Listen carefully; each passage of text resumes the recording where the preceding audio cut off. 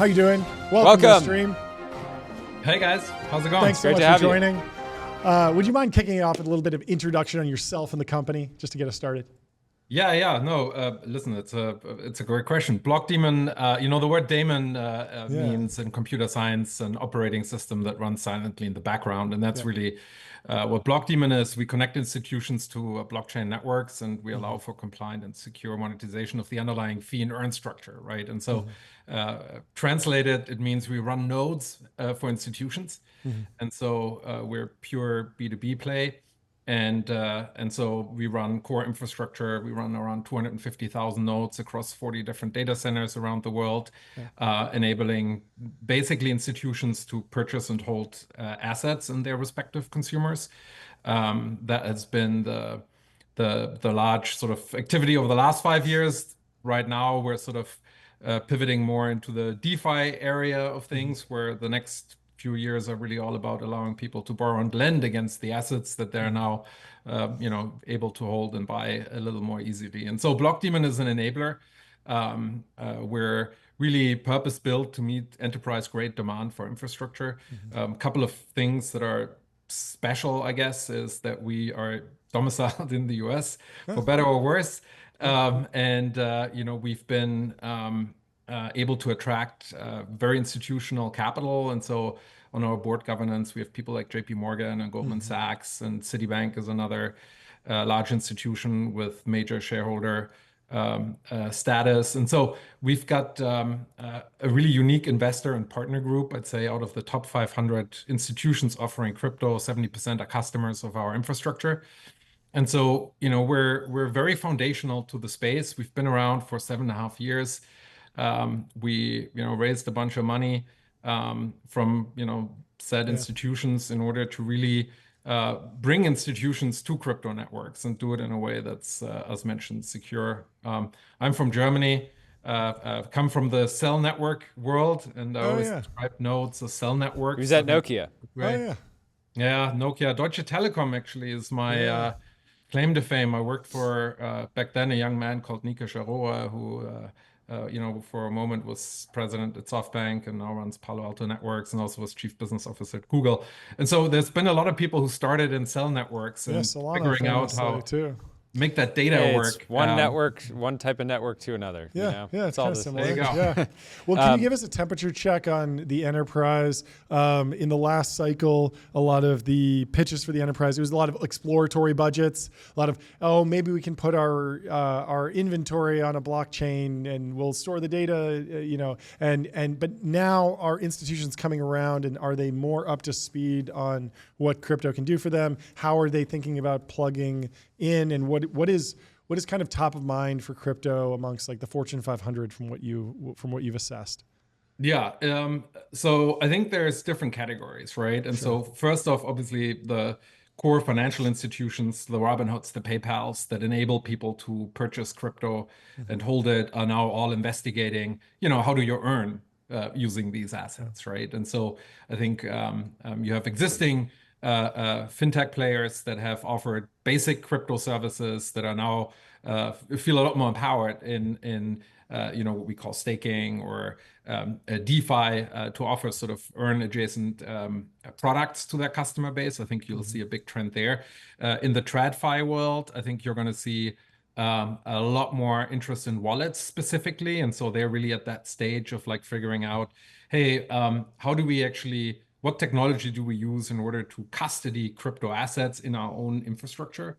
And so I think, in the past, basically, you didn't really want to touch crypto, or if you used a third party that you could point to if anything went wrong. And so now I think in the current iteration, all these institutions are really figuring out what their own proprietary basic solution setup is in order to custody assets and then also offer adjacent earn potential here. And so we see a lot of that. And with the sort of more Sony-esque type of companies in the world, you see a lot of interest in building their own version of a blockchain, L2s.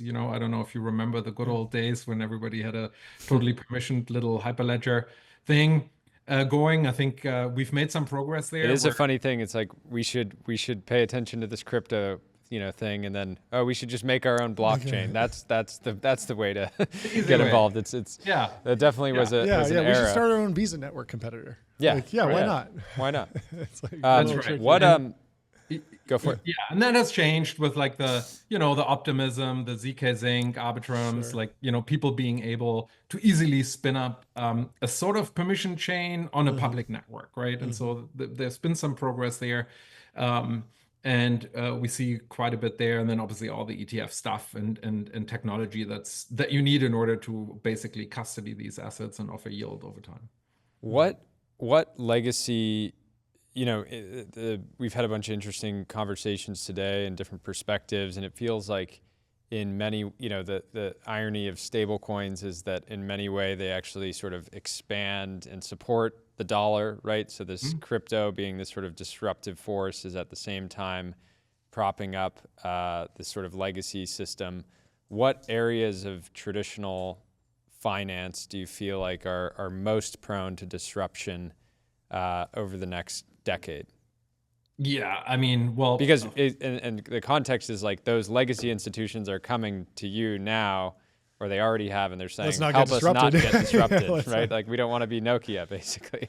Yeah, yeah. Well, I think interestingly enough, everyone is, and thank you for pointing that out. I feel like I joined Nokia in 2005 on top of the world. I left in 2010 after I ran it into the ground. And so, hey, at least you can joke about it now. Yeah, exactly. No, I mean, I was obviously a small little figure there, but it was an interesting learning, right? Because ultimately you had an entity that was very, very good in building really complex technology in 1,000 different versions, but very, very bad in streamlining singular software tools across its platform. And so I think you'll find that financial institutions have a similar risk, right? Like the IT stack of a large TradFi is insane. I mean, it's probably akin to what Elon Musk, when he talks about Doge, you'd be surprised about how archaic a lot of these systems actually still are. I mean, if you look at the structure of the Swift network, that obviously is one. Sorry, guys. And then you also just the ERP systems underneath it are so complex, and JP Morgan has 100,000 engineers, and they keep on building and doing stuff. And so pivoting away from that archaic infrastructure is really, really difficult. They're starting to do it. I think, frankly, we're all way behind here, even as institutions, because the beauty of AI and blockchain and the opening up of financial systems via Bitcoin is going to accelerate the movability of money. And so remittance specifically are sort of areas where I think time's running out for institutions. It's like either you can innovate really, really quickly, or people are going to find other ways to do it, and let it be a Coinbase issued stablecoin or something like that can actually take care of a lot of these things. And so it's going to be really, really interesting how financial institutions hold on to also the custody component, right? And crypto has a self-custodial cryptographic sort of component. And if you think about what you pay your bank, first and foremost, you pay them so they hold custody of your assets, right? And so often custody can be fairly archaic, but with that custody, you also obviously lose a lot of control. And you have technology and solutions today that can replicate basically what an institution offers here for zero cost, right? It's really the consumer that is nervous in touching them, and the infrastructure currently is way, way too complex for anyone to use. But you're going to see a lot of improvements there on the user experience front. Also with AI, I heard you guys mention AI, and obviously, you got to pivot into AI every 3 months. But I think one use case that I kind of want to point out that we're working on that I think is really interesting on the wallet layer is using AI to issue very simple commands to crypto networks, right? To just say, hey, I just want to send Ethereum to this address. And that can be an AI. It'd be nice if you could tell a wallet, an agentic wallet, just make me a 10% return daily, compounded daily, just forever. Correct. Please don't make mistakes. Just get me a 10x this. Correct. But basically make the interface that simple, right? Wire securely $100 to France. I don't know if they need it, but we can those type of things I think are going to be real improvements on how this works. Yeah, Jordy.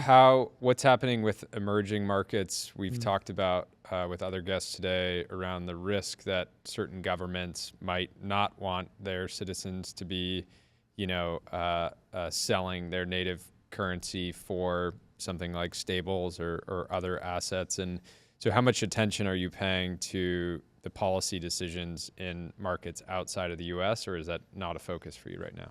No, for sure. I mean, the outside of the US is still our largest market because we were in the US and obviously got clobbered by regulators and by basically Operation Choke Point 2.0. And so we expanded massively into Asia. Asia is a really exciting market for us.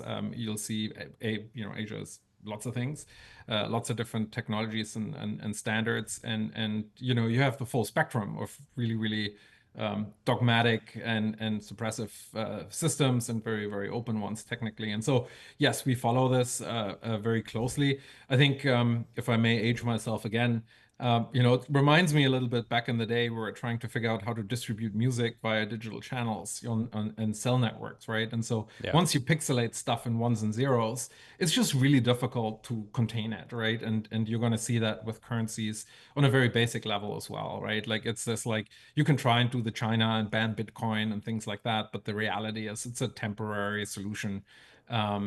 People are going to find ways around it, and so I think we've like the piracy, media piracy has not been solved, right? Like at all, not even close, right? It's probably easier than ever to get movies online that without paying for them. Yeah. So the idea that you're going to sort of regulate crypto out of its existence is a bit silly.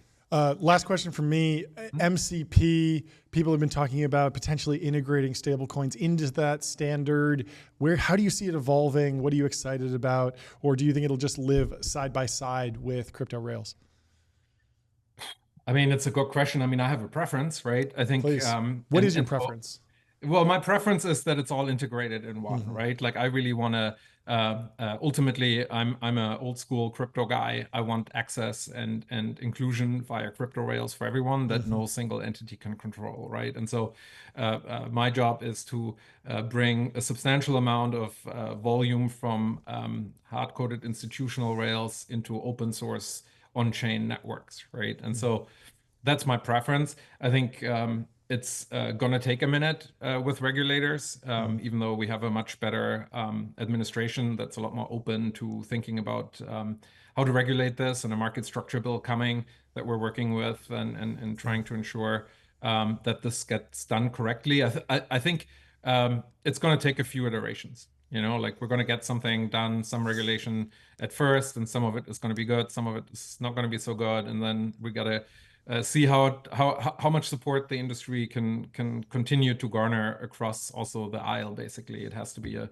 bipartisan issue on the regulatory front as well if we want to see real progress. And so, but obviously we're very optimistic here that we can come up with something that is as open as possible and replaces as many of the legacy rails as possible.